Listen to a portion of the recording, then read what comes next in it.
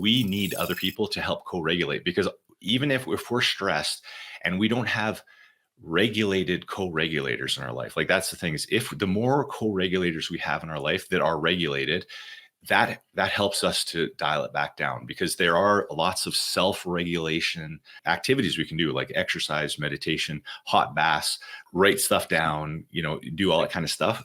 But nothing beats just connecting with another person that you trust, that you feel safe with. That's one of the biggest powerful things I think about chiropractic, is that a patient comes in, you as a chiropractor are their safe regulator. Well, hello everybody, and welcome to another episode of the Informed Chiropractor. This is Dr. Don MacDonald, your host, and today we're doing something a little bit different. We're going to turn the tables. I was just recently interviewed by a friend of mine, Patrick Francey. We used to be in a mastermind together about 15 years ago. He's a business owner, and we really got on really well. We were sharing information on DeMartini, Joe Dispenza. We had a lot of personal development and growth, and since then he's moved to Vancouver. He basically runs a real estate investment network that help people get invested in real estate. And then he's also created a podcast called the Everyday Millionaire, and it's become massively successful. He's getting close to 100,000 downloads a month, which is huge. And he'd interviewed me on his podcast before, because the whole podcast is about ordinary people creating extraordinary results, whether it's wealth or health or achievement, like an Olympic gold medalist, stuff like that. So anyway, he had me on the second time, and so I just recently did an interview with him, and I just asked him if I could share it on our podcast, because the information we covered was really cool. Basically, it's a non-chiropractor finding out about the polyvagal theory and chiropractic, and how to explain it, and how to deal with stress. And so I thought we covered so many great topics that this might be helpful for all the chiropractors out there listening to the show, just on how to explain it. It's one thing to explain it to fellow chiropractors, but it's also another thing to explain it in terms that make sense to our practice members and patients. So I wanted to share this. I hope you guys enjoy it, and we will see you again in a couple weeks. Polyvagal. I don't know what that word actually means. We're about to find out. But what I do know is that it has something to do with how we handle stress and fight or flight. Dr. Don MacDonald joins me today to talk about at least those three things, what the heck this all means, how we bring it together. Dr. Don, my old friend, good to see you again. Thanks for joining me. Thank you very much, and thanks for having me back on the show.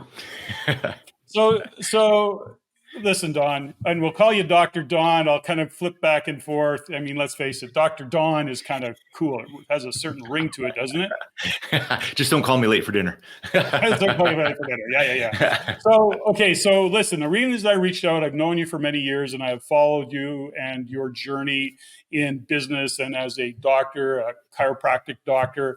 You and your wife, Brandy, are doing some amazing work.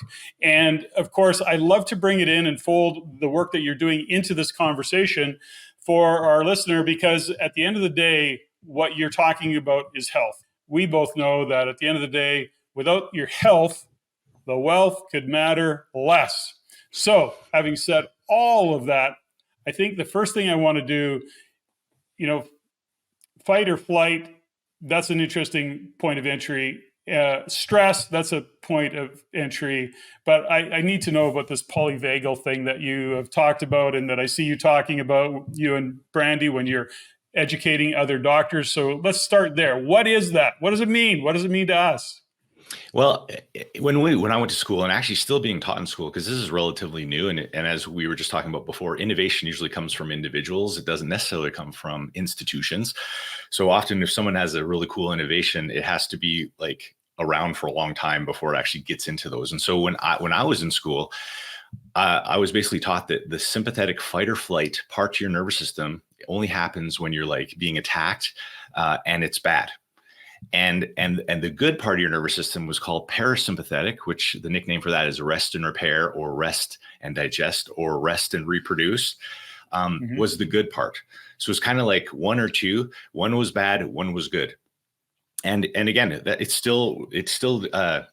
it helped us very much to understand a little bit more about our body. But this guy, Dr. Stephen Porges, created this thing called the polyvagal theory through basically studying neonates. And a lot of times when babies were born and they died of like kind of sudden infant death syndrome, he was talking about the same thing. Sympathetic was good, parasympathetic was bad.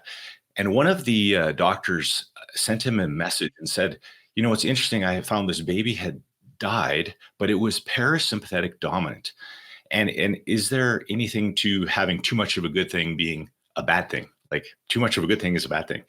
And for Dr. Stephen Porges, that really kind of didn't resonate in his mind. So he really started studying a lot deeper. And he actually found out that the vagus nerve, which is probably 80% of what the parasympathetic nervous system is, it's a cranial nerve that kind of comes down from behind the, like it's called the jugular foramen, and goes all the way down the cervical spine, all throughout your thoracic lung cage, right down into your viscera. It has two branches. And so the one branch is called the ventral vagal, and that's the one that's more at the front of the brainstem. And that's the one that we typically thought was the good parasympathetic. Then there's the dorsal vagal, which is kind of the primitive reflex, which is more of like freeze and collapse. And so when amphibians were the first things to develop, they only had like that dorsal freeze. So they didn't have a very big brain, so they could actually play dead as protection when they detected danger, right? Yeah. And then the next evolution was the sympathetics. And so that was like bony fish. So then bony fish could freeze and dart and freeze and dart. And that was their technique to deal with danger. And then when mammals came along, we developed this ventral vagal, which is actually, it allows us to socially connect with other people, because as humans, we don't have big scary nails and big teeth. And so we can't really survive in the wild solo. And we were designed to be, connected beings. And so in order to be connected, our ventral vagal nervous system has to allow us to drop our defenses so that we can connect with other people. And that's also that healing state of ease. And basically, so it's your neurological safety. It allows you to connect with others. Neurological danger will either get you into the sympathetic fight or flight or the dorsal shutdown freeze. And so that's why they said polyvagal, because it's the two branches of the vagus nerve.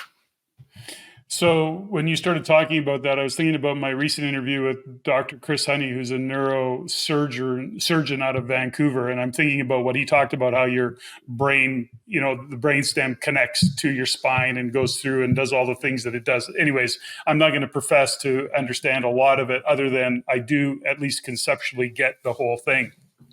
So why is it important for people to start to have an awareness or understand this at some level? What do we need to be, watching for? What do we need to be thinking about? Where does this support us in knowing more about ourselves, knowing more about our bodies, maybe how we show up, or things that are pushing our buttons, where that fear comes in, perhaps that's part of it. So where does this matter to us as we're listening to you talk about this? What's important for us to know? What should we be paying attention to? Well, there's three main components to the polyvagal theory. And the first one is the hierarchy of the nervous system, which we just talked about, right? The ventral vagal, sympathetic fight or flight, and dorsal vagal. The second one is going to be what's called neuroception. And so neuroception is a term that means the nervous system is always detecting the environment for danger, because the number one priority is to stay alive. And so our neuroception is below our cognitive awareness. So that's why some people, like, they say, hey, how come your shoulders are up by your ears? And they're like, I didn't even know that, because it's just happening subconsciously under the surface, right? So the interesting thing is neuroception will give off cues that our nervous system is not comfortable in the environment. The next thing that's going to happen is our physiology is going to respond to that, right? So it's going to respond with tension or ease. And that tells you right now if it's feeling dangerous or safe. The next thing is called interoception. Now, interoception is the ability of a person to feel inside their body. So, like, I don't know, have you done Joe Dispenza's work a bit too? Yeah. So he talks about the feeling, right? So it's about knowing what the feelings are in our body. And so the better we are interoception, the quicker we can determine if we are becoming dysregulated, because the term regulation is a term for our nervous system when we're in a state of protection and we're good. No, not protection. We're in a state of safety. And when we're dysregulated, that means we are in a state of danger, neurological danger, whether it's in our mind, in our body, in our environment. And so that's the whole thing is our goal. And especially as chiropractors, that's why I'm really focusing on helping all of our practice members and helping other chiropractors do this as well, is get people more connected to their body so they can determine if whatever they're doing is firing danger or safety, so that we can become more aware of it, so we can create more ease in the body over time. And so that's the whole thing, is that some people are so disconnected to their body. When I'm doing an exam on someone, we'll say, can you feel this or this? And they're like, nope. Or where does it hurt? And they're like, just hurts everywhere. Like they have no like direct awareness of their body. And when you have no direct awareness, it's really hard to get regulated because you're not connected, if that makes sense. Well, it does. Number one, as you know, I'm a big chiropractic fan. And even when as much time as I spend in British Columbia outside of Alberta these days, of course, living out here as much as we do, I've got a chiro that I rely on. And Dr. Wanda is who that is. And these are conversations that she has with me. And that's what I've always liked about chiropractic care is, good chiro seems to be able to relate to people in general and have these kinds of conversations, which I think is amazing. And I'm a huge fan of chiro. I use it all. I go to my chiro on a regular basis, even on a maintenance point of view. But I want to go back to something that you said and a little bit about Joe Dispenza, Dr. Joe Dispenza, which is the disconnect from that people have from their body, yet it's their body that's driving a lot of what's happening with them, even mentally, right? He talks a lot about, you think it's, willpower or it's in our head that's driving habits, when really it's our bodies that's driving those habits. That's one aspect of it. And I don't want to oversimplify it or minimize the work that he does around that, but I'm just trying to put it for this context, which is all to say goes back to what you said, is the breakdown of awareness overall of many people and the disconnect from their body. And you're talking even to the degree of pain, understanding that there's pain, but not even able to identify it specifically or what it might be causing. So am I hearing what you're saying correctly, Don? 100%. And the other thing I just didn't mention was the vagus nerve, which again, that basically controls your whole autonomic nervous system. It's 80% sensory. So it's a lot of that bottom up. Like you said, if we experience trauma or have stress, often it gets stored in our body. And what happens is sometimes as a protective mechanism, we actually dissociate from our body, right? This is a good thing to know, like just personality styles. That when I always ask my patients, I said, if you get under stress or you determine there's some kind of danger, do you have a default to elevate up and like, let's get going or kind of get rocking? Or do you actually shut down and collapse? Because a lot of people, we learn this as growing up. Like say if you're a child and you're growing up and you learn that it didn't matter what you did or how much you fought back, nothing's going to make a difference. Sometimes people will default into the dorsal state. And so if you can, like, this is about self-mastery, is if you know that, then you know that if you're in a stressful situation and like I have a tendency, you already are there, like we actually need some sympathetics, because the sympathetics are good, because sympathetics gives us energy, excitement when you're with people, especially in a state of connection and safety. That's like basketball. When I play basketball, it's playing hockey, it's playing sports. It's like being connected, like playing wrestling, like those things are all sympathetic dominant, but in a state of safety.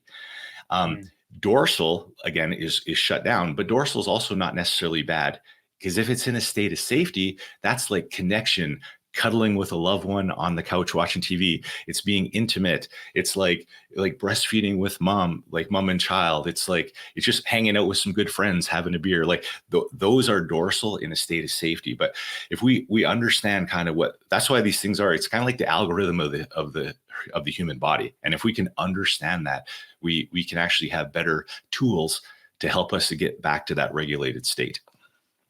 It's interesting you bring that awareness part of it up. I know that when I walk in or step into, or chaos erupts in front of me, something chaotic happens, something, maybe even some version of an emergency, I automatically, this is what I know, my heartbeat speeds up, but everything else slows down.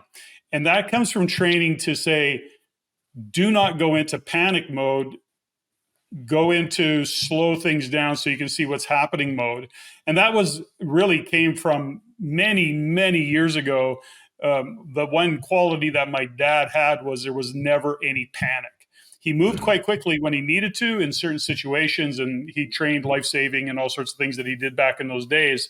But it was taught to me early on is that don't go into panic. And I have noticed that of myself over the years. And it's not like I'm in those situations a lot, but I just know that when things are chaotic, there is some state of emergency, I've come across an accident, whatever those rare occasions are. But the point is, I feel my heart rate elevate, but the rest of me slows down. And that's an interesting component of the awareness that you kind of just described in that scenario. So, whereas you also see people that just lose their shit. They get into panic mode. They lose their minds. And it's like, okay, now I got to calm that person down so they don't make the situation worse or hurt themselves. It's like that kind of thing. And I think some of it, as I rant on here a little bit, is I'm thinking because of over the years of working and training horses, is of course, horses they're either fight or flight. And man, oh man, when they move fast. And when they react fast. And, as a trainer, you can't buy into that. In other words, when they go into fight or flight mode, we have to actually turn our energy down. So is this, the way I'm hearing it, is that would be along the lines of what you're describing. Is that accurate, Don? Yeah, and I think that would be a little bit more of self-mastery, because your default might be going like going into sympathetics, but you're actually bringing yourself back down. And actually the body is, but I guess my point of that would be is that goes back to that awareness of body, awareness of state even. So that is, I guess, some mastery around that, but it's to say that what you've discovered as a doctor is that that's not a normal thing for people in general. Yeah. And I think that's the thing, is that you should be, I think of these all like gears, like think of them like gears, like ventral vagal, stress, dorsal in safety, not. And if you've been in a pretty healthy state, you're able to change gears pretty quick, because you're aware, you will be conscious, like, ooh, my heart's going, let's breathe. And you're doing that instantly, right? Yeah. Some of these are just default. Like some people who have not really been aware of themselves just run off default settings. And so if they're gonna run off the rails sympathetic, they're gonna lose their mind, run around like a chicken with their head cut off. If they're default dorsal without self-awareness, they'll just freeze, and they're just like, they won't do nothing. They won't even answer you. They're just like you see that sometimes in like trauma movies, right? Where people freak out and they just don't, like, you're like, run, and they just don't even run. They just stay there. Those are good movie hooks. So, okay. So let's talk about you and the work that you and your wife, Brandy, are doing. And because there's a part of this is that it's unique enough that you're actually taking it out into the world of other chiropractic doctors. And you're teaching this, you're traveling the world. You and Brandy are doing some really, really cool stuff. It's fun to watch, and have watched you grow over the years, knowing the many conversations that we had early on in both our businesses and what we were doing. So give me a little bit of insight into the uniqueness of this, and then your thought process around getting out and teaching it and sharing it with other chiropractors. So let's talk about that from just even a business model, perhaps, or what it is that the messages that you're trying to or wanting to get out there. Yeah, I think I was just coming up with a good idea to describe it, and I call it like the Ghostbusters of chiropractic. And so the Ghostbusters has 4 Ghostbusters, and they all have that little machine that would like shoot to the ghost, and then it'd catch the ghost and put it away in that little thing, right? Yeah. So there's 4 main streams in chiropractic that we can really help with. One is being very good at chiropractic adjusting, like understanding how to analyze the spine and nervous system. And because chiropractic adjustment is very similar to like playing a sport, skating, playing hockey, shooting baskets, like it's a physical sport. And again, most pro basketball players, they shoot practice all the time. So being very good at detecting verbal subluxation and being very good at adjusting, like that's the first stream, which is super important. The second stream is understanding the hierarchy, which we just talked about. Like we want to know about those 3 states. The third one is going to be about neuroception, which we just talked about. And the key thing about neuroception is that not only that's just us detecting our environment, that's us detecting other humans. And so if you are not only a chiropractor, but if you're a business owner and you have staff or you have family members, and you're giving off bad vibes, literally, like if you're dysregulated, you're actually giving off danger signals to other people around you, which will actually trigger them without you even saying anything. Okay, that's why when someone walks in a And room, they you may say, not even recognize it either. They're just getting a no, bad vibe. Is that a fair statement? 100%. They just be like, well, some people, I say, you just meet them and you just like, now I'm in a bad mood. I have no idea even why. They just walk by you. It's like their energy just got on you. But it's like the nervous system has a language that is below our awareness. And it's just, that's why we're connecting with other people. And so that's why we're really talking how important it is for chiropractors or business owners or family members or anybody in life to work on staying regulated, because you just become a nicer human and people have a better experience in your presence, period. Doesn't even matter what you're doing, but it just amplifies or it detracts anything that you're doing. So as a chiropractor, it will amplify your adjustment. Or if you're distracted and frustrated, it actually takes away from your adjustment. So it actually will maximize or minimize anything that you're doing or talking with staff. So if I'm, so this makes total sense. But if I'm, okay, so got it. And that's cool. Now, if I'm a patient and I'm coming in and I got something going on for me, I'm not even sure what it is. Maybe I'm in pain. Maybe I'm just feeling discomfort. Maybe I've had some chiropractic care in the past and walked away feeling better. And now I want to go back to that. If I'm coming in and you're assessing me, or I'm doing a self-assessment that's saying I got to get in and get an adjustment, what am I feeling? What am I sensing? What is it that I'm walking in the door and saying to you, or what are you as a doctor who maybe I don't have that awareness, or looking at it and assessing going, okay, I got to make a couple of adjustments here. You follow what I'm asking there? Yeah. Because a lot of times they don't know, because they just come in with whatever they think that, I have a shoulder pain and that it just floats outside their body. And so what our job is actually just to kind of like just link a few things up. So we'll the first thing we always link is posture, because posture is a great global sign if you're in a chronic state of protection or growth, because it's just the end result. Are we open? And that affects all different parts of our body. The second thing is there's something really cool. It's called the social engagement system. And the social engagement system is made up of 5 cranial nerves that control facial expression, eye movement, smell, your voice, your hearing, your head movements, and then that whole vagus nerve that controls your whole autonomic nervous system.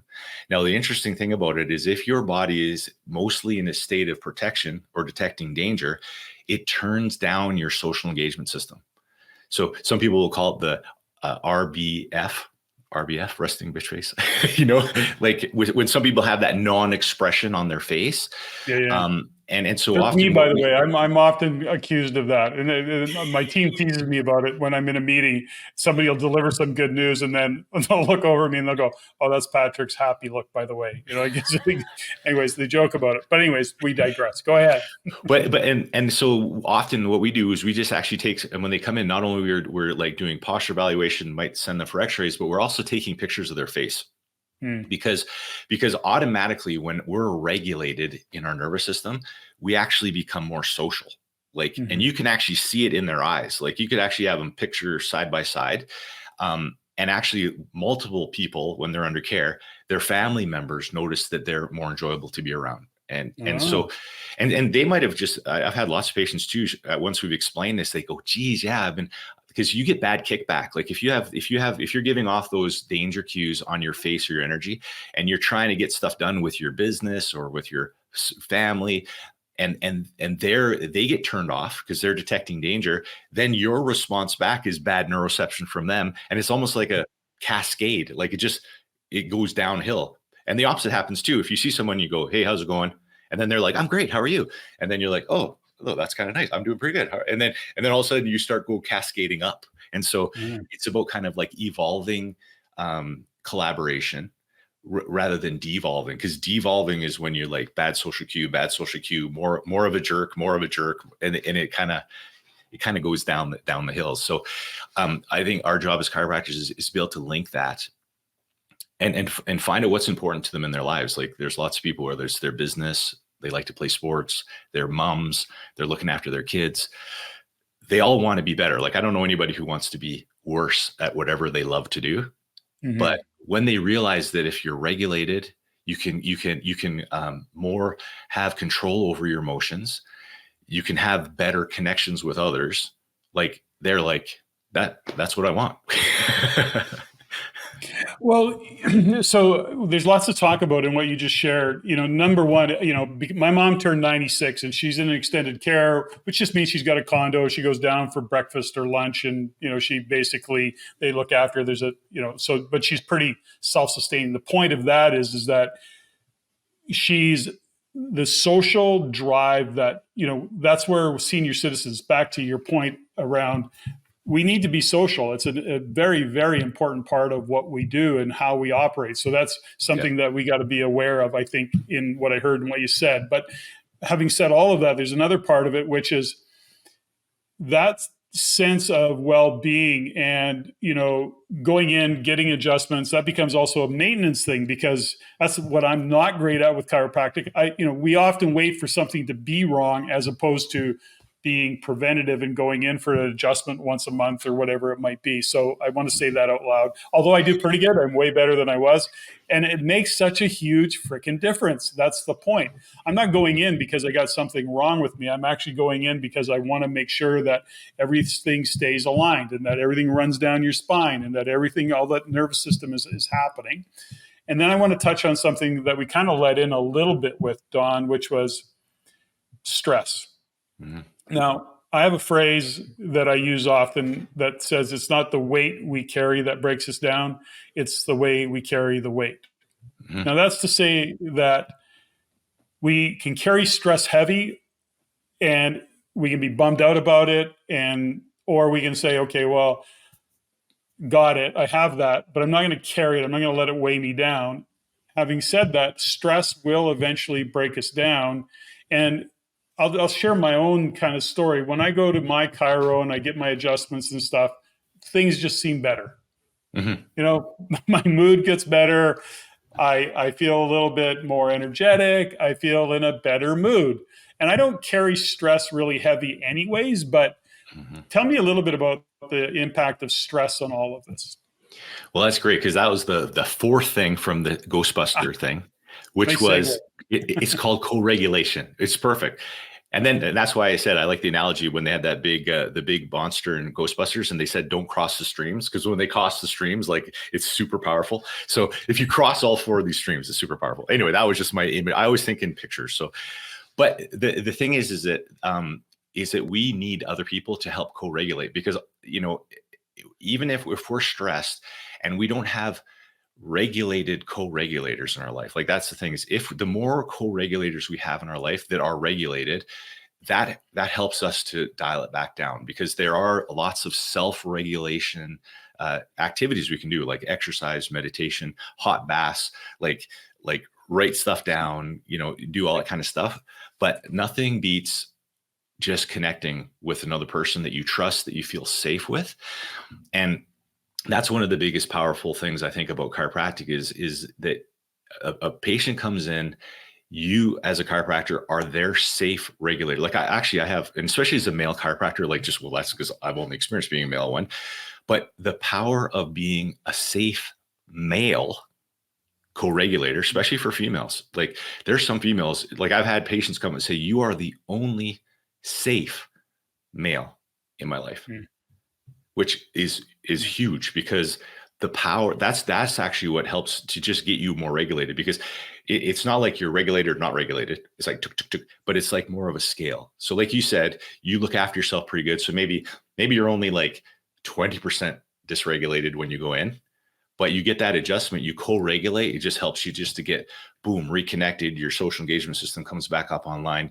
Like, your blood pressure goes down, like, it regulates your breathing, your digestion go like that. That is just, it's like a reset. And so that's why I always tell people it's super important who you hang out with, because you need to have safe co-regulators to be able, because we all need someone to lean on at some point. Like that's the thing, is stress is never going to end. And that's why I think, like you said, it's not how you get the stress, but how you carry the stress. Multiple people can have a lot of stress, but some people, like, if one person has a nice, safe co-regulator, and this can be your wife too, your wife or your husband or your partner, and they can help you reset right away, then you just move on. But those people who unfortunately stayed at home, maybe even during COVID, and they're still staying at home, they become more neurotic because they have no connections. When they get stressed, they don't have any way they have hard, like limited ways to get re-regulated, and that's why it ends up lasting longer and longer to recover. So, when we think about what's going on in the world today, where I don't know what the actual number is, I don't know that anybody really knows, but they throw it out there where 30% of the population didn't go back to an office environment. They're working from home. That might be a bigger challenge than people are even realizing, in that if you're not in that environment, you may not have that co-regulator, the term that you use. I'm going to unpack that a little bit more, but that could in fact be what's causing some of the increase in depression and the increase in stress and the health issues that come along with that, because you and I both know that our physical health, our physiology and our physical health is a reflection of what's going on often mentally and how we're handling stress overall. And would that be, do you think, an accurate statement, Don? Oh yeah. It's huge. I even say, like in my practice, for example, people who got negatively impacted from COVID, like health wise, was like, some of them got sick for a day or two, but like it was very little. Like none of even my whole practice, none went in the hospital. Out of thousands of patients, nobody went in the hospital and nobody died. But 100% of them got affected from being isolated. And I don't think actually anybody did not get affected. Even some of my like introverts that like don't like people, they're like, don't get me wrong, I loved it the first couple of weeks. But even for me, that was a little bit too much. Yeah. So let's talk about, I've actually not heard the term co-regulator. So, or, what that even means. So, but it's something that you said, which is very interesting, which is, if I have, as a coach and as somebody who's been in this space of coaching for many years, and I have heard, people have said to me before, hanging out with you I just love it because I feel so much more grounded. So I hold that because, and especially women, and I'm fortunate that way. And a lot of that has to do with my wife, Stephanie, and what she's shared with me in terms of my own insights and being aware in it. But if you were to say to somebody, be a good co-regulator, like be intentional about it, be that space for people. Is it as simple as being able there to listen? It's the classic case of the husband that wants to fix everything instead of just listening. Like we joke about that, but is that an example of being a good co-regulator? Like, how would we describe that? If you're going to give somebody some guidance, if you want to be that, what would you be saying to them? Yeah, so good. Because even when we work with chiropractors, everyone's like, what do I do? What do I do? and again, this is the actually, what do I be? And this is 100% what do I be? And so the interesting thing is understanding how co-regulation starts is because as humans, we cannot survive as a baby. Like we cannot survive on our own. And so babies require safe co-regulators in order to grow and mature ideally, right? And so if someone has gone through their whole childhood and they've never really had a safe co-regulator, often they don't know what it feels like to feel regulated, which is going to make them harder. It's going to make it harder for them to be a strong co-regulator. So if we make sure that we look after our regulation and becomes super intentful about keeping ourselves regulated, then we automatically become a better co-regulator because it spreads, right? And so that's that neuroception. If I'm dysregulated, I spread dysregulation. If I'm regulated, I spread regulation. And so for us, it's just important to be able to, like you said, to go back to the Joe Dispenza stuff, is get the feeling. Like we got to know what the feeling is. And even it's funny, after a first visit, when I ask people, like we do use postural tension tests, I put them up against the wall, standing in perfect posture, and I have them feel different areas of their body, and they just feel tension all the way through. And after their first adjustment, some people actually even feel emotional because they're like I've never felt that before. Like I've never even felt whatever that, they can't even say it. Like you even said, I just feel different.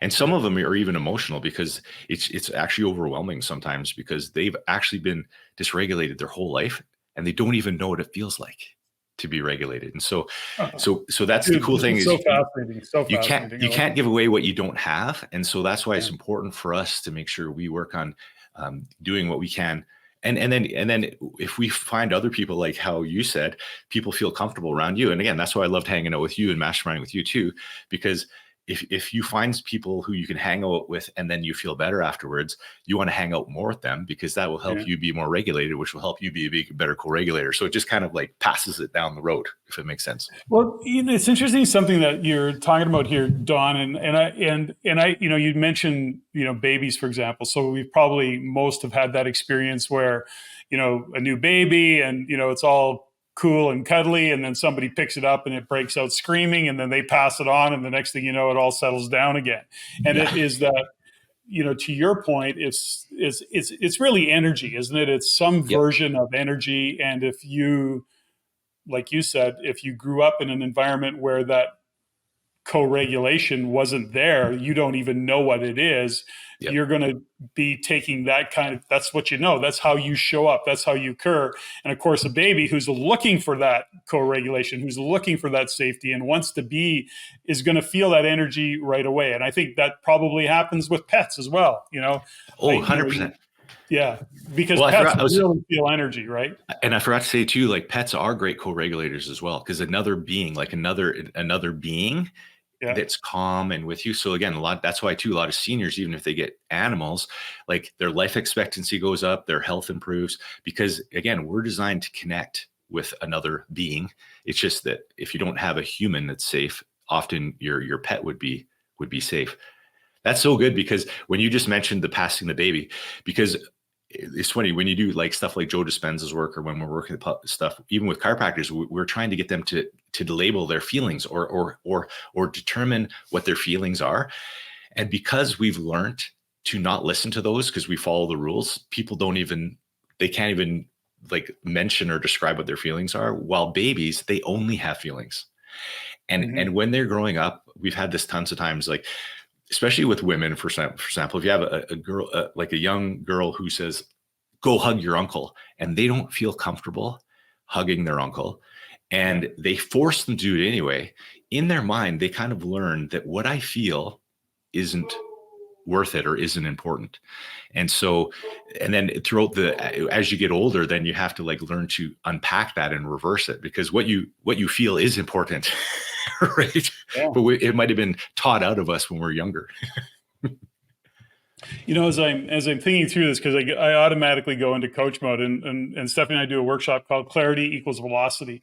And sometimes it's hard for people to identify, when we talk about clarity equals velocity, it's a kind of a cool, catchy phrase, but what does that even mean? And then when you start to understand where clarity or lack of clarity lives, it is actually in a scenario like this, when you've got individuals who are not feeling okay, there's something underlying, they're not connected to their body, like you say, there's even a conversation around clarity in that physicalness of all of this, that co-regulation or lack thereof.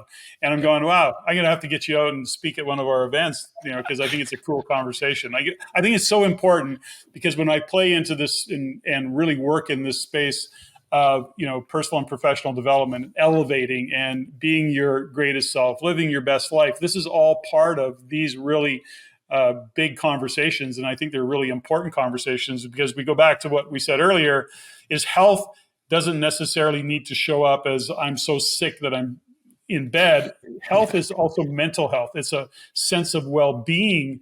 And that sense of well-being is really kind of permeates your whole life. Are you feeling joy? Are you feeling some happiness? How many times have you had conversations with people go, I'm just kind of bummed out. I don't know why. I don't even know. It's not even that, it's life's pretty good, but it's like, I'm just bummed out. And when you start to maybe unpack that a little bit, this could be an exact conversation that people need to have, or the kind of treatment that somebody might want. I don't know. What's your thoughts on that, Don? Well, it's funny. Well, Brandy, my wife, explains this way better than I do. And we just uploaded a couple of videos on our YouTube channel called the Informed Chiropractor. And so if anyone wants to listen, there's some she has like 3 different co-regulation videos, which are really cool. They help to explain a little bit better. But we just had like a reevaluation from one of our practice members, and we just said, have you noticed anything different after being under care? And they said, well, it's just weird. Since I've been under care, like I knew I should stop, but I never did in the past. But I've stopped vaping, and I just started exercising. Because it's funny, when you become connected to your body, often you'll just start doing things to look after it better, because it's easy to neglect your body when you're out floating outside your body, when you're like dissociated. But once you get connected, it's kind of like in your house. Like if you're renting someplace, it's easier to kind of trash the walls and not look after it, keep it dirty. But when you bought your first house, like you're like doing the yard, you're like cleaning all the rooms. Same thing. It's like if we're like in our body, it's like we want to look after it because it feels like our body. But if we're disconnected, like you just kind of haphazardly go through your life.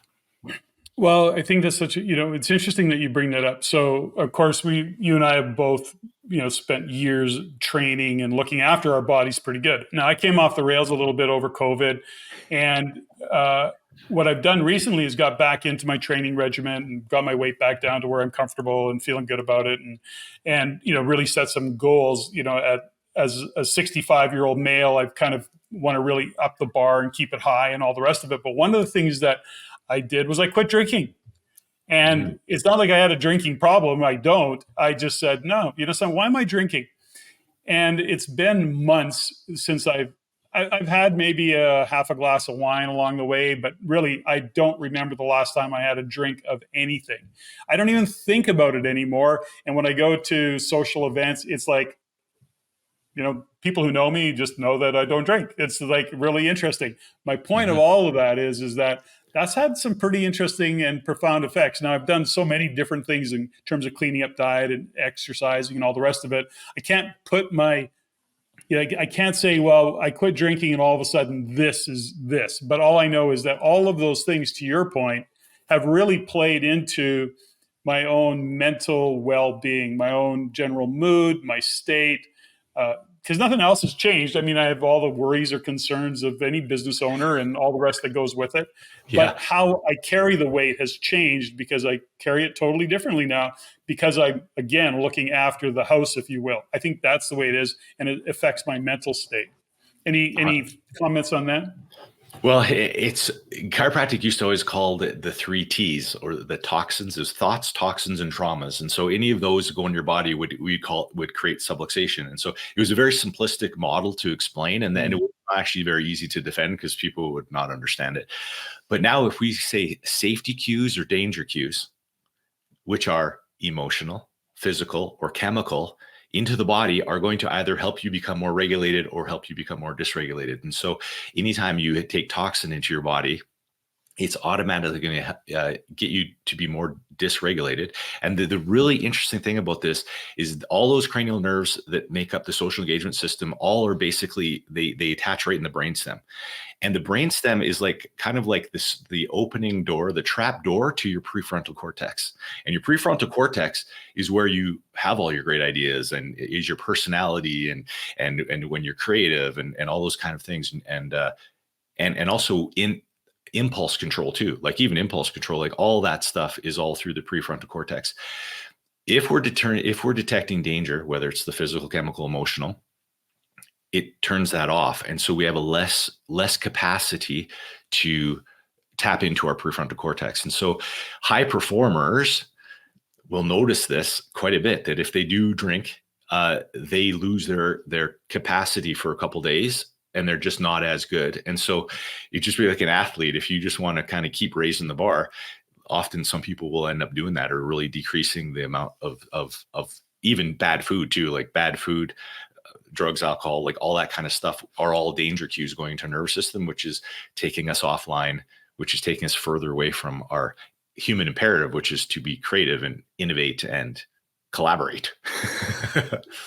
Dude, I love this conversation so much, Don. I mean, you're reminding me of a few things that I think I take it for granted that I know that I often don't share in the environments in, I have a men's group that I work with called Shift Men's Group. My point of that is that when you think about toxins, so for example, in spite of the research that says a glass of red wine is good for you, it doesn't mean like 6 glasses of red wine are good for you. It doesn't, or it's totally.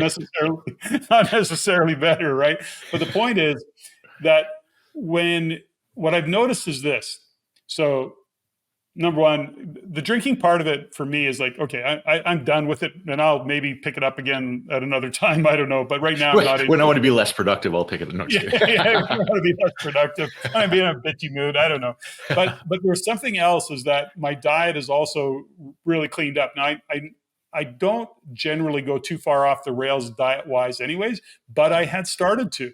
And here's the thing now, is that when you get into those social situations where, I mean, there's some good food on the table, but it doesn't mean it's good for you necessarily. Now I experience, when I go off the rails in those scenarios, I actually experience a food hangover. Like I wake up the next day and I go, holy cow, do I ever feel like crap? And I wasn't drinking, and I know that it was the food, whether it be a little bit of overeating, too much sugar, just the wrong food because of the environment I was in. And without a breakdown of whatever willpower you want to use, my point is that as well to something else you said earlier, which is being so careful about who you surround yourself with, or even what you're listening to. Certainly since pandemic, and given what's going on a global macro scale, in my world, I'm doing economic research all the time. And I got to tell you, dude, there's nothing good about that research, because when I look at economically what's going on, it's mostly, okay, that light you see at the end of the tunnel, it is a train. And it's coming down the track, right? So totally. My point is that it can really bum me out and go, how do I, number one, I do the analysis, I do the research, and then I got to share it. But I don't want a doom and gloom world is coming to the end, because it's not. We will deal with all of this. How do we best deal with it is the question. But my point around all of it is that it's so important, I think, to consider what we are handling mentally, emotionally, toxic, whether it be alcohol or drugs or shitty food, or who are we feeding our soul with in terms of the people that we hang around with? Are those people there to light you up, to inspire you, to pump your tires? It's interesting, the psychology around things, and I want to share, because I'm sure you've experienced this. Maybe something's happening. You're feeling the stress. You got pressure on you, and somebody looks at you that loves you and cares about you and says, "You got this." It's just them pumping your tires, but psychologically it goes, that felt good. Okay, I got this, right? It is interesting, don't you think? Yeah. Well, and it's there. And then also you could have someone who says, you got this, and they're throwing off danger cues, and it's like actually makes it worse. Like, it's like when you get that false, it's like, the old car salesman thing, where it's like they give you compliments, but they're totally not coming from a state of safety, like a neurological safety point of view. But 100%, like that is huge. So these are all things that I think the awareness in our own kind of health, when we look at our mental health, our physical health, they kind of go together. Now, do you, in your world as a doctor, being a chiro, understanding nervous system and all those things, does one supersede the other? In other words, is looking after your mental health more important than looking after your physical health? Vice versa? Because, we both, and you and I've had these conversations, is that mentally, when you start to break down, it shows up physically. And physically, when you start to break down, it shows up mentally. Is there a priority? What should we focus on? Well, as a chiropractor, like, we're not counselors, right? So we're not gonna roll down the road of counseling. And the interesting thing is, if someone's had trauma, whether it's physical, emotional, chemical trauma, like any trauma in their body, the interesting thing is that when we have this approach, we don't necessarily need to dive into what the trauma was, but because that whole autonomic nervous system and that vagus nerve is 80% sensory, like, it's body up. And so if we can work at putting safety cues into the body, releasing tension, creating ease in the body, that opens up the trapdoor to our prefrontal cortex. And often when we open up the trapdoor to our prefrontal cortex, now we can actually process things better. Like, now we can actually, because there's sometimes where people just kind of, they can kind of make better decisions, like hang out on their own. Like I said, I've never been trained, like, besides like, personal development stuff where you're trying to change mindset to challenges. I find like the chiropractic approach is the bottom up. is the bottom up approach. And probably the adjustment from the above the atlas that we always talk about is just giving the possibility, like opening up the possibility, saying that the way that things have been going for you doesn't have to keep going. Like we have no idea what the potential of your body is and your nervous system and your life. Like nobody knows, but right now you're like I always call it, you're a dirty light bulb. You're just a dirty light bulb. The light is in you. Like the light's still there. We just got to start cleaning off all the crud that's on top of it so that it can shine. And so that's kind of how we can work through it, because it's almost like you get a trauma, it stores in your body, and then you dissociate. And then it just stays there. It's like a hoarder in a house where they just took a bunch of junk and put it in a room and just left it there. And until we start to unpack it, like it just stays the same. So when I ask the question, when I go back, physical, mental, it's more a case, Don, of, first off, I think everybody should go in and get assessed and do some chiro. I think it's just, I believe in it that strongly in terms of what it can do with the right chiropractor. Not all like any doctor, I guess, like not all chiros are created equal. They're certainly not Dr. Don's and Dr. Wanda's. Well, and as a caveat, this is brand new information. And so I'm teaching this to chiropractors. And like, again, we haven't even heard of this before. So like, don't expect this to be to everybody you go to. And actually some chiropractors might even think this is crazy what we're talking about. So just so you know. That's a really, really good point. But I'm thinking that from a self-assessment, if somebody's listening to this and, what would be a message in terms of self-assessment? There's a couple things I want to touch on next, but I want to, like, if somebody's looking and thinking about their general health, I mean, there is a place where they may physically not be feeling well, but underlying all that is just environment. It could be what you're eating. It could be the people you're hanging around with. We often talk about, the naysayers, the energy hogs, the dream killers. There's those individuals that walk into a room and light it up, and there's those individuals that walk into a room and suck the energy out of it. We don't realize sometimes that we're in an environment of individuals, people, or that are coming in, that they're victims to everything. Mm-hmm. That victim attitude, that something's always happening to me. There's always a source outside of myself of what's happening. And if we can be immersed in that, and the next thing you know, physically, we're at the effect of that.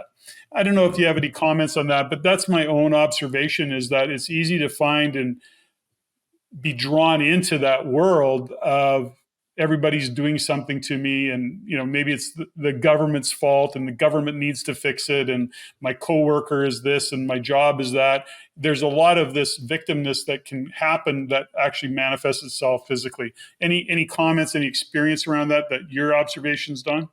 Yeah, I think I always like to get people starting with movement, because the thing, what can we do? Because again, the whole key to get this whole thing started is to get you connected with yourself. Like that has to be the awareness before anything can start. And so one of the easiest things that we can do is just start going walking. A lot of people in their life, they if they're in this environment, they actually numb themselves with social media or eating or drinking or like all those kind of things. But those are numbing activities to help keep you dissociated. And so if you just go for a 20-minute walk, or you just start with just moving your body, because again, this nervous system, 80% sensory. So we need to have some input. Like if there's no movement, there's no information, and then you're just all lost in your thoughts. If we can start with moving our body, and doing that over a consistent time, like I think walking 30 minutes a day, it's funny, one of my mentors had said, if you were to put all the benefits with like basically no negative side effects, it would be like the world dream drug of the world. Like it'd be the top selling drug, helps decrease chances of dementia, arthritis, diabetes, cancer, basically all those things, is just by starting to move your body. Plus, you're also starting to connect with your body, which also is helping you to become more regulated. And it also gives you time to think and not be just, because you can't be connected and think about your life and think about what your goals are if you're just distracted all the time. I share with you is that in my gym, in my home, just a few years ago, I got a really high-end kick-ass rebounder. Cool. And I am hooked on rebounding because there's no excuses for getting my body moving. And I got to tell you, I don't like going for walks in the rain. So then, of course, I come up with all sorts of excuses. But with my rebounder, I can actually just walk. I can go and I can do 10 minutes on the rebounder, or I can do 30, depending on what's going on in my day. And if I crank the tunes, I can go even longer. But it really is an interesting activity. And I find it as impactful for me as walking. Now, I want to just get your read on this because there's something about walking that you said that brings it back. So my mom, 96 years old, totally sound mind. Her body's breaking down a little bit, but ultimately she's good health. The one thing my mom always did was walked. She would walk a lot. And when she was 95 or 93 years old, she was still walking a kilometer a day kind of thing. My point is that there's a difference that people don't understand, and that is the difference between wellness and fitness. Walking, to me, I've talked to different docs about it, including Dr. Chris Honey, who I was sharing with you earlier on. Yeah. It is really magic, is that wellness lives in walking. Fitness doesn't mean you're well. You can be very fit and not well. Yep, 100%. But you can be well and not fit in the context of you're not going to go run a half marathon or a marathon. And I think that's important for people to understand, is that we sometimes measure ourselves against, whatever TikTok or YouTube or Instagram, abs and blah, blah, blahs and all the rest of it. No, just get out and walk. It's huge. I totally agree, because you'll see those guys that live like, again, like we just had, like OJ Simpson just died. Like you hear about all these athletes and they all die in their 60s and 70s.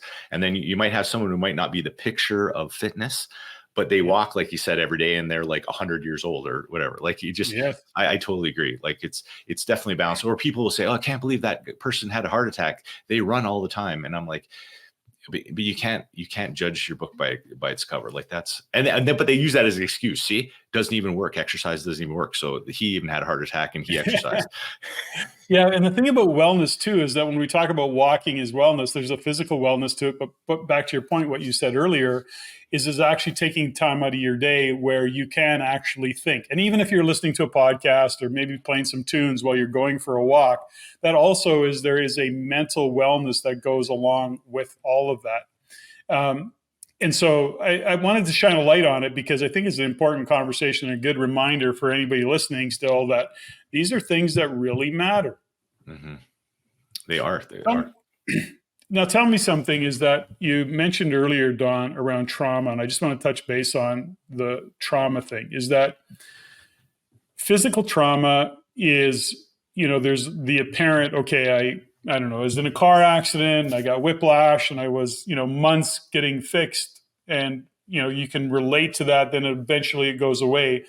But your body may still hold on to that trauma, or maybe you're out having fun on a weekend. I don't know, you're water skiing and you take a tumble and you really crash across the water. And there's some trauma in your body that you may not even be aware of. And it doesn't necessarily mean that you got a cracked rib or anything, but your body in that moment of tension or in that moment of crashing and bashing around, and it can carry that trauma for quite some time. Would that be an accurate statement? 100%, because I always talk about global trauma as like the whole system, and then segmental trauma. And so often you can have just segments of the body that are in a state of protection. And often because the rest of our body is moving around, like it just stays frozen in that time. And over time, that definitely can develop chronic stuff. Like I've had lots of people who've like been like in a whiplash accident or something, and then they said, and then it wasn't too bad.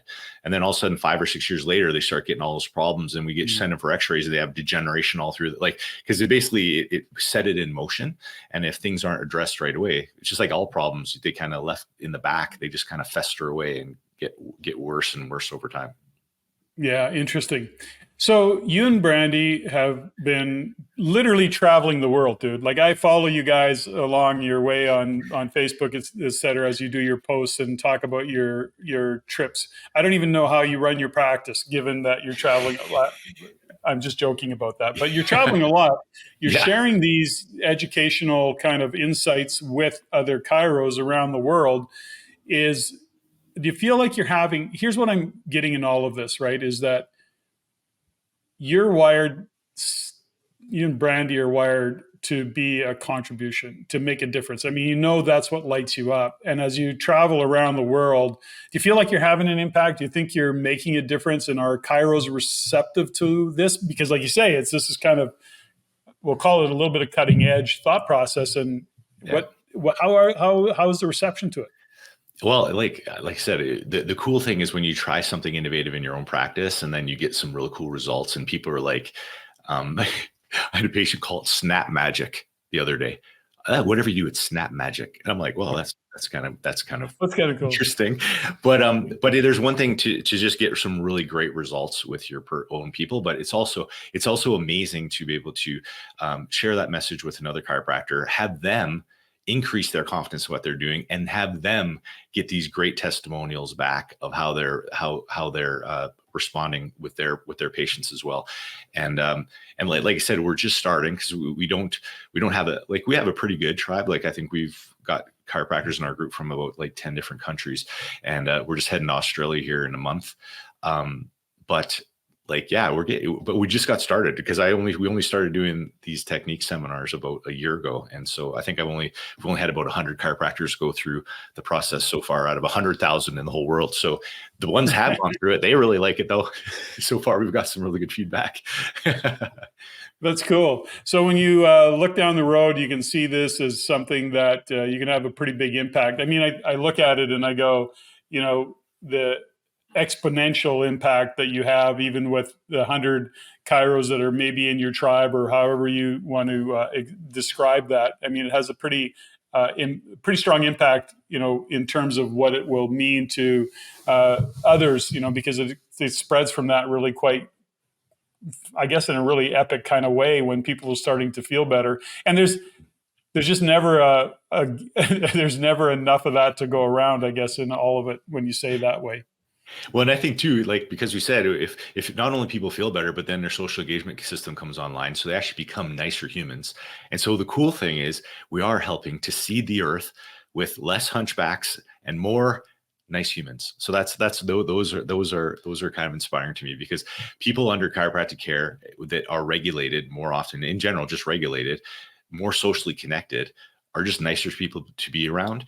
And I can't remember, I was interviewing one chiropractor and I can't remember, he was just mentioning this stat, is that when you're really nice to somebody, because you authentically feel good, and you kind of what you do when you meet with somebody and they feel in a better mood when they leave you, that positive footprint goes on something like 6 or 7 other people. And so it spreads pretty fast. And so that's pretty cool. So it's not even the direct correlation or the impact that you have, but it's the impact on the impact on the impact. And so I think it's just in today's world where there's so much diversity and like trauma in the economy and politics and wars and everything else going around. And I think it's kind of nice to be able to, just be the light for some people in this crazy world. Well, I love that thought process. It comes back to the awareness of how you show up, who you're being, and, what is the mark you want to leave? In business, when I often use the term, mind your wake, understand that how we show up in business. And I use that as the analogy, mind your wake, which is in the world of marine. If I say to somebody that owns a boat, mind your wake, they know exactly what I'm talking about. So when they're leaving the marina, they're leaving slowly. They're not leaving a big wake that's tossing the boats that are in the marina all over the place. Yes. They're actually being responsible for the wake they leave. And I think as we show up as individuals, as business owners, as we show up as a member of the family, it's mind your wake. And some of that is taking responsibility for how you show up, the energy that you bring in. Do you want to be that individual that is the light in the room, that brings the energy into the room? Or are you going to be that individual that, sucks the energy out of the room and dims whatever light is in there? And that is a conscious thing. And that is a choice. You can actually choose to be that way. And so when I'd like to bring that to people's attention is like, mind your weight. How are you showing up? Are you that person? And if you're not, then that's a good point of entry to say, okay, I got to go and see what's going on for me. Why am I being bummed out? Why am I not feeling happy? Why can't I have more joy in my life? That's a body of work that, of course, that you do. And you've been on that journey for many, many years as well in terms of showing up and doing the work. Now, Don, you and Brandy are, that light. You're that energy. That's how you show up. You train that way. That's your intention. How much of that is, when I say intention, how much of that do you spend, or how much time do you spend in terms of training? So, for example, I'll talk to many guests on the podcast and I'll ask them the question, you're obviously a good leader. Do you train to be a good leader, or is it kind of more nature than nurture, or is it more nurture than nature? So when you consider the body of work that you do, how you're showing up to say, I'm going to take this on and train other chiros in this body of work and be challenged by it and do all the things. How much study do you do? How much of it is because I get coached, I do training, I read voraciously, whatever it is for you? How is that for you, Don? I think it's massively amplified. Like, since in the last year, for example, last year and a bit, since I started doing more training, because Brandy, she's spoken around the world in chiropractic for like 15, 16 years. She's been doing it for a long time. And she wanted to have me start teaching techniques. So I just started doing about a year and a half ago. And in that, I discovered I have dyslexia. I never even knew I had dyslexia until after. Wow. And I'm like, I can't, like, just reading stuff. I always was a slow reader, but like just realizing I had that. And my adjusting skills have gone through the roof. Like, I'm like in 2 years, like, because I have to like really become super aware. Like, we talk about self-awareness. Now when I'm adjusting people, I need to, because before I just close my eyes and you just be like, you just do it. And then people would say, well, what did you do? And I said, I just did it. And it just was better. But then you can't teach that, right? Like, how you're supposed to teach that. And so like you have to break it down. And then you're always like coming up with ideas with our group. Like, if people are having questions or don't understand it, you have to go, okay, what are better ways I can explain it? Or what kind of analogies can I use? And then it, like, even last night, I'm just like looking up on rotator cuff stuff because I'm doing an extremities course. This is my level 3. And so I'm like, half like watching hockey, and then I'm watching like rotator cuff stuff, and then I'm watching hip rotation stuff and nervous system stuff. So I think just by kind of extending myself, putting myself like way outside my comfort zone, because like I never really ever wanted to teach other chiropractors how to adjust or give them tips on adjusting, because like it just feels weird, because they should already, like, they already know how to do it. Like, why would I don't want to tell them they're doing anything wrong, but I am finding that just because, like, I guess my creativity is, I've kind of like taken all the different techniques that I've learned before, polyvagal theory, and I've kind of created my own. And I think my goal for a lot of the chiropractors I teach is for them to take not to be a Dr. Don, but just to take all these different things, but have the permission to be creative and make it your own. And and so it's actually been way more study. It's way more work doing this than just doing my own thing. So there, you are blessed. No wonder you're so damn smart and creative. So Don, you've been very generous with your time. I appreciate it so much. I think that, I love this kind of whole conversation, and because it really opens up the door for people being aware and being responsible for their health, and not waiting to have to go to a GP and go into this world of drugs and pharmaceuticals. And I'm blessed at this point in my life where I got none of that stuff going on. And I think it has a lot to do with, number one, having the awareness to manage and understand where stress lives and how it actually shows up in your body. Number one. Number two is being able to actually take responsibility for our health and being aware of what's going on and paying attention and listening to conversations like this. I mean, I'm blessed to have the opportunity to know individuals like you and have these kinds of conversations. What's it called again? No, I've lost the phrase already. Co-regulation. Co-regulation. So There you go. I got great co-regulators. Totally. That's awesome. going to use that one a lot. I'm going to be talking about co-regulation. I'm going to be. And I'm stealing your watch your wake. I'm stealing that one too. Watch your wake. I love that one. Yes, exactly. Watch your wake. So, what is the kind of message that you would want to get if there's a chiro listening to this, or anybody that wants to get a hold of you? We'll put whatever links you give us, we'll put it in the description. But what's a kind of a final message, any profound guidance that you would want to give somebody listening to this, whether they be a chiro and or just an individual who's trying to look after their health? I find that if you can make sense of what you're experiencing in your life, it just makes it so much easier. I've had so many conversations where people are like, it's just in my head, which is funny. It's actually in your body, but like, it's just not connected. Or like even the dyslexia thing, I think that was part of the increased awareness, because I had to teach, I had to become more internally aware. And then I realized that, which was nice, because then I could switch my teaching style, because I'm not good at like orally reading stuff out, but I can describe a picture really good, and I'll just be a lot less stressed in that. And so increasing that awareness of myself and understanding myself just allows me to do the things that I want to do more. Because before, I used to think, like, in my head, you're always trying to go like, oh, I hope someone doesn't make me read because they're going to think I'm stupid or whatever. And so that runs in your head the whole time. And then it limits everything that you do. And it creates a whole bunch of stress, and it shuts off your social engagement system, and it dysregulates your autonomics. Like there's like so much stuff. And so I think finding safe people to be around, like, nobody's perfect. Everybody has tons of challenges. Everybody is like dealing with stuff all the time. It's not like when you get someplace, everything's going to be perfect.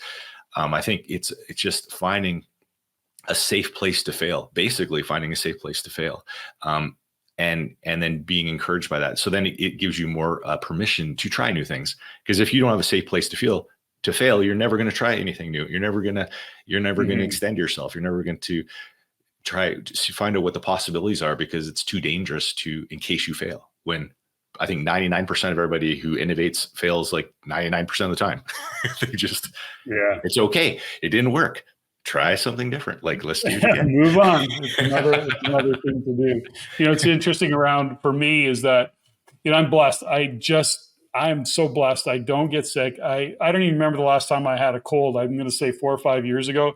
But even when something is happening where I do feel physicalness, like something, a pain, an ache, a headache, whatever, if I should get that, it's interesting is that the first question I ask myself is, what's going on for me?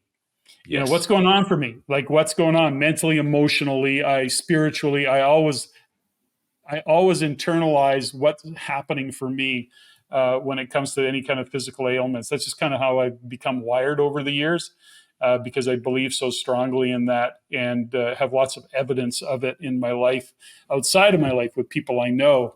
And so, have you read the book, by the way, and then we're going to wrap it up, or I'll be here all day talking to you.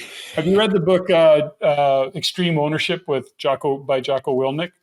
I have not read it, but I have definitely heard of it. You got to read it, dude. You got to read it. And this all goes back to extreme ownership. And when I look at extreme ownership, and you can talk about what is happening in your life, I often use the phrase, is because I believe it is, that your life and what's happening in your life is a reflection of who you're being, the choices you're making, the choices or the decisions you're not making, all decisions, by the way.